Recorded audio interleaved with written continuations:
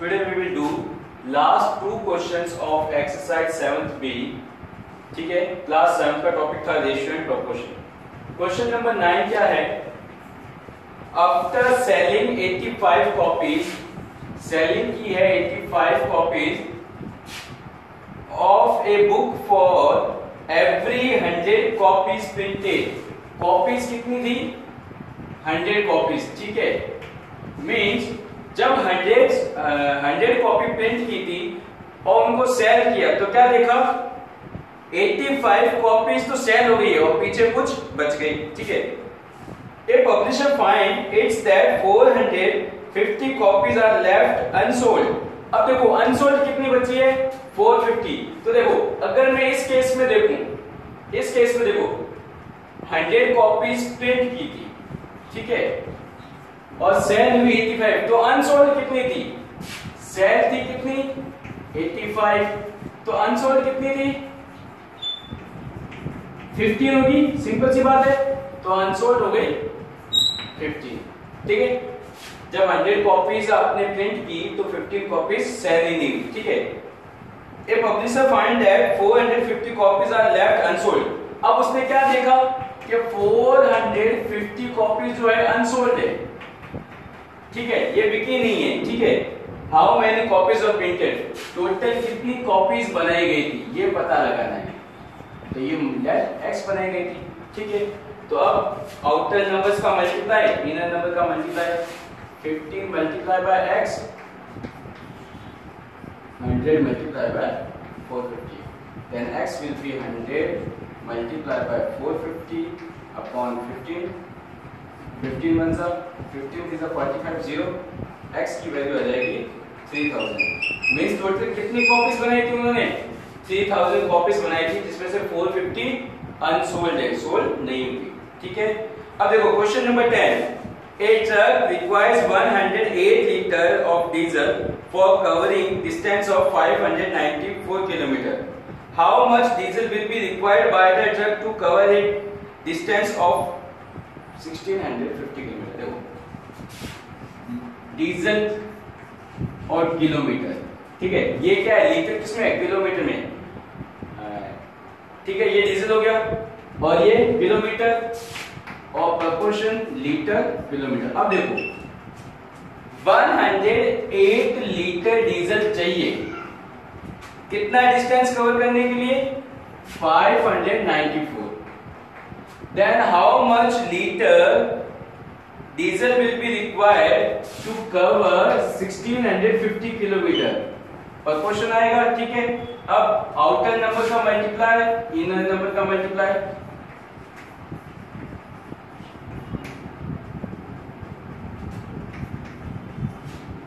x will be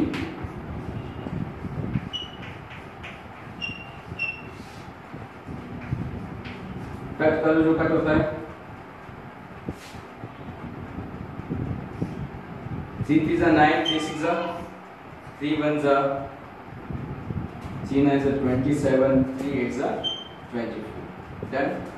Now 2 9 18, 2 9 18, 2 18 9 11 9 2 अब 11 1 11 5 0। तो x will be 300, 150 multiplied by 2, 300। तो टोटल कितना चाहिएगा? 300 लीटर डीजल चाहिए इतना डिस्टेंस कवर करने के लिए। ठीक है, इजी था। अब देखो जो एक्सरसाइज 7C है वो प्रोपोर्शन और इनवर्स प्रोपोर्शन भी है। प्रोपोर्शन क्या हुआ? इक्वली ग्रोथ करना। जैसे क्वेश्चन नंबर 10 में देखो कि भाई अगर जितना तेल डालोगे उतने ही ज्यादा किलोमीटर चलेगी, सिंपल सी बात है। ठीक है, तो अब यहाँ पर क्या होगा? 7C में आपको क्वेश्चन को रीड करना है और आपको देखना है कि ये इनवर्स प्रोपोर्शन का क्वेश्चन है या डायरेक्ट प्रोपोर्शन का क्वेश्चन है। जो 7th B में हमने जो भी क्वेश्चन किए ये डायरेक्ट प्रोपोर्शन था। अब 7th C में क्वेश्चन पढ़ने के बाद में पता चलेगा कि ये इनवर्स प्रोपोर्शन है या डायरेक्ट प्रोपोर्शन है। 7th C। जैसे फर्स्ट क्वेश्चन क्या है? If 30 meter of clothes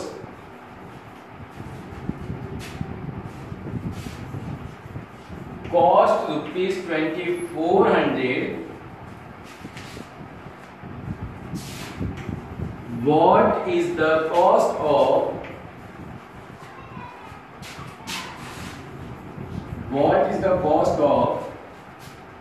50 metre cloth. अच्छा, अब देखो ये तो सिंपल सा क्वेश्चन रीड करने में पता चल रहा है कि जितना ज्यादा कपड़ा लोगे उतना ही ज्यादा अमाउंट बनेगा, ठीक है। तो ये कौन सा प्रोपोर्शन हो गया? डायरेक्ट प्रोपोर्शन हो गया। तो यहां लिखा हमने क्लोथ और यहां लिखी cost, proportion cloth and cost, इनका रेशियो। जब 50 मीटर क्लोथ था, सॉरी 30 मीटर क्लोथ था, तब कॉस्ट आई 2400। जब 50 मीटर था तब आई x फाइंड करिए। 30 multiply by x, 2400 multiply by 50, then x will be 2400 multiplied by 50 upon 30। यह 3 8 80, तो x की वैल्यू आएगी 4000 रुपीज। कितना आएगा? x की वैल्यू कितनी आएगी? 4000 रुपीज, ठीक है। अब question number 2, if 8 ball pens cost rupees 40, अब देखो 8 ball pen cost 40 rupees, then 20 ball pen of the same kind, cost of 20 ball pen।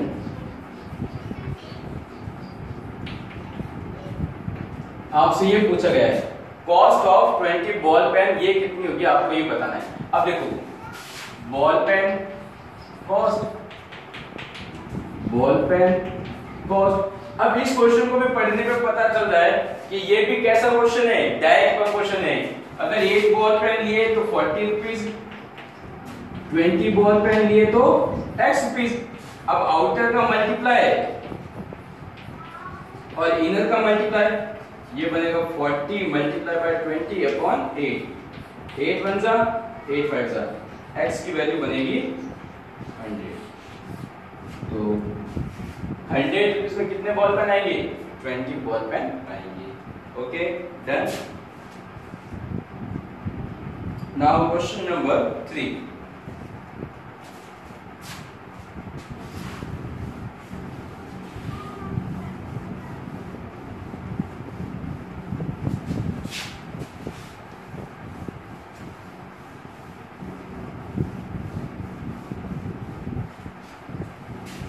अब देखो क्वेश्चन नंबर 3 आपको सेल्फ करना है।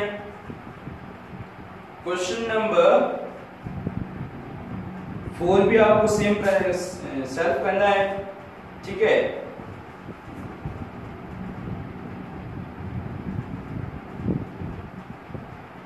क्वेश्चन नंबर 6 देखो, क्वेश्चन नंबर 6 जो है वो है इनवर्स प्रोपोर्शन का। अब देखो ये कैसे होता है, पहले क्वेश्चन को सुनना ध्यान से। If 48 men have ration for 16 days, man कितने? 48। राशन का डे कितना है? 16। अब देखो मैन की क्वांटिटी है 48 डेज, 48 मेंबर है, ठीक है। अब 48 के पास जितना राशन है, खाने पीने का सामान है, वो 16 डेज तक चल जाएगा, ठीक है। अब देखो इन दोनों में से किसी भी एक का नंबर बढ़ा तो दूसरा घटेगा। कैसे? अगर 48, अगर मान लो राशन आपके पास 16 डेज का ही है, ठीक है, अगर आपने मेंबर बढ़ा दिए तो क्या वो 16 दिन ही चलेगा? अब उसकी काउंटिंग कम हो जाएगी, तो इसको हम बोलते हैं इनवर्स प्रोपोर्शन। देखो how long will food last if A reinforcement for 16 men arrives। अब देखो न्यू मेंबर कितने? 16। अब देखो हुआ क्या, टोटल 48 मैन थे, 48 मैन में 60 डेज चल रहा था, 16 डेज। अब न्यू मेंबर कितने आए? न्यू मेंबर आए 16, तो इन दोनों को प्लस करने पे कितना बनेगा? 64। अब 64 मेंबर हो गए। कितने मेंबर हो गए? 64।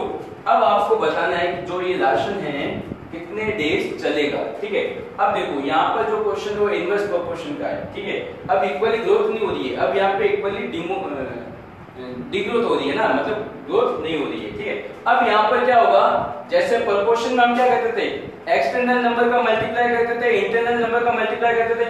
यहाँ पर हमें जो नेबर नंबर्स है उनका ही मल्टीप्लाई करना है, जो नेबर नंबर्स है उन्हीं का मल्टीप्लाई करना है। तो x कितना आ जाएगा देखना भी, 48 multiply by 16 upon 64। Okay, 16 one जा 16 फोर जा 4 वन जा 4 12 जा, x इक्वल टू 12 डेज। तो जो खाना पहले 16 दिन चल रहा था अब ओनली 12 डेज ही चलेगा। 7C का क्वेश्चन कौन सा क्वेश्चन था? Question number 6। 7C question number 6। ठीक है, आया इनवर्स प्रोपोर्शन समझ में? आपको क्वेश्चन रीड करना पड़ेगा कि यहाँ पे इनवर्स प्रोपोर्शन हो रहा है या डायरेक्ट प्रोपोर्शन हो रहा है। डायरेक्ट प्रोपोर्शन में आउटर नंबर्स का मल्टीप्लाई होगा, इनवर्स प्रोपोर्शन में नेबर नंबर्स का मल्टीप्लाई हो जाएगा और दोनों इक्वली आ जाएंगे। ठीक है, क्वेश्चन 6 हुआ।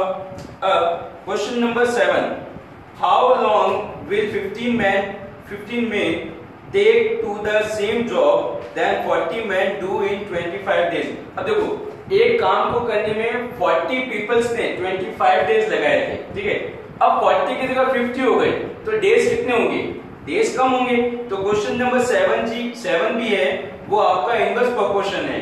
ठीक है, तो ऐसे क्वेश्चंस को रीड करना, पता लगाना और जो रिमेनिंग क्वेश्चंस है वो आप करना, बाकी हम नेक्स्ट क्लास में करेंगे।